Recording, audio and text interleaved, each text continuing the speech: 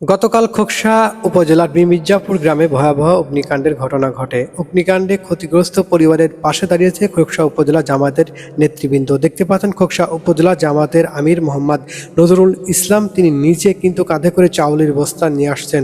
সেই সাথে আরও উপস্থিত ছিলেন খোকসা পৌর জামায়াতের আমির মোহাম্মদ আব্দুল বারিক সহ খোকসা উপজেলার বিভিন্ন পৌর পর্যায়ের নেতৃবৃন্দ কিন্তু এই ক্ষতিগ্রস্ত পরিবারের পাশে তারা খাদ্য সামগ্রী নিয়ে দাঁড়িয়েছে। দেখতে পাচ্ছেন জামাত ইসলামের কর্মীরা, নেতারা নিজ উদ্যোগে নিজেরাই কিন্তু আজকে এই ক্ষতিগ্রস্ত পরিবারের পাশে তারা খাদ্য সামগ্রী নিয়ে এসেছে। একে একে প্রতিটি ক্ষতিগ্রস্ত পরিবারকে তারা খাদ্য সামগ্রী তুলে দিচ্ছে। চাল, ডাল, তেল, লবণ সহ বিভিন্ন খাদ্যদ্রব্য রয়েছে এই বস্তা এবং ব্যাগের মধ্যে।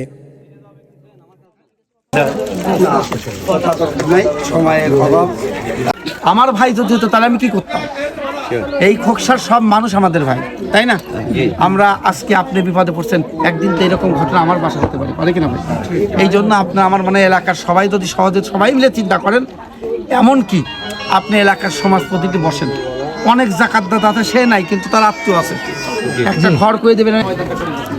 এই ভাইদের পরিবেশটাকে দুঃখটাকে আমরা শেয়ার করে দিতে চাই।